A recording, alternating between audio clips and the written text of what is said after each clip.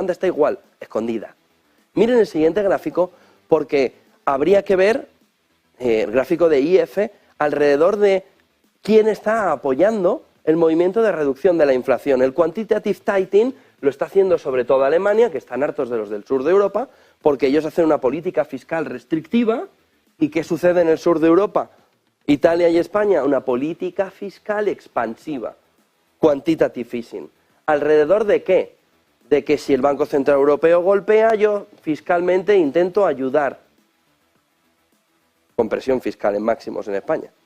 Histórica. Y sin embargo, desde Europa se mira el movimiento de no hacer quantitative tightening mediante política fiscal frente a la política monetaria del Banco Central Europeo. Ojo, porque este gráfico nos lleva a por qué el Banco Central Europeo, se dice en el norte de Europa, necesita más ayuda para centrarse en su mandato de estabilidad de precios.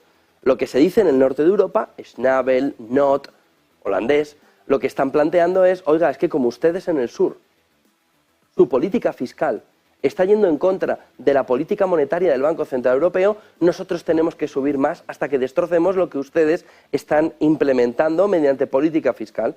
A lo que contesta Calviño, oiga, si tenemos la inflación muy por debajo de la suya. Pero ¿qué es lo que dicen los que mandan el Banco Central Europeo? Como no os alineéis fiscalmente con la política monetaria del Banco Central Europeo, nos la estáis liando.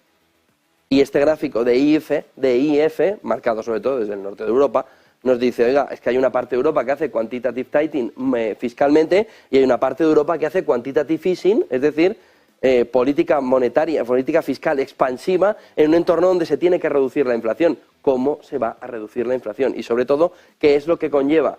Conlleva que esto implica que el Banco Central Europeo tiene que intervenir de una manera más agresiva. Fíjense en el siguiente gráfico, 8:38 de la mañana, que nos manda lo que está diciendo AEI Economics alrededor de la reflexión sobre cómo se puede volver a una política monetaria que pueda estar en el entorno del momento anterior al tiempo del COVID, con un movimiento donde los salarios van en contra de los esfuerzos desinflacionarios. Es decir, si en España, por ejemplo, se pacta 4,33, 4% 2023, 3% 2024, 3% 2025, ¿cómo vamos a tener la inflación en el 2%?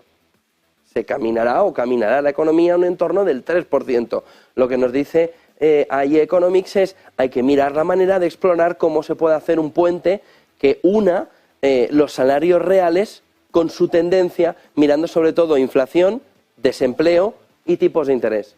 En uno de los artículos más leídos este fin de semana entre pasillos y pachos de ejecutivos que estaban diciendo cuidado con lo que está sucediendo con el movimiento de aumento salarial. Miren el siguiente gráfico donde depende del norte de Europa de tener además esta fotografía. Los mercados venden deuda de la periferia, los mercados están vendiendo deuda de la periferia por lo que han visto antes de política fiscal, es decir, el inversor ve la deuda de Italia y España y dice es poco interés para el riesgo que tiene.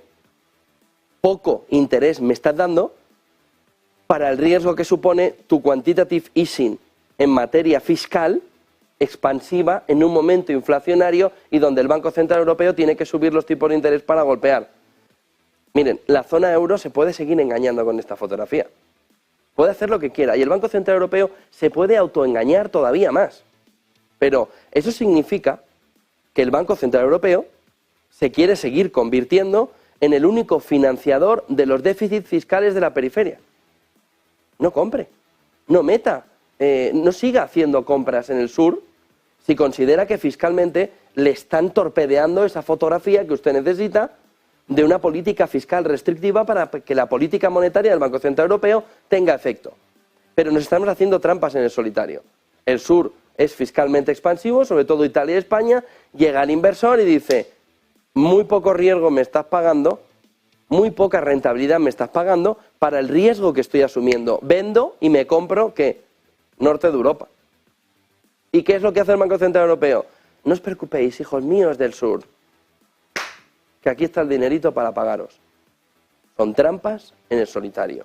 En un entorno donde la deuda, aunque hayamos superado el techo de deuda, no deja de ser uno de los problemas a medio y largo plazo más importantes para intentar asumir. Y es que la crisis de deuda es un elemento de cada vez que vamos pasando tiempo, se va haciendo más grande el globo donde la explosión será más grande. Miren la siguiente foto.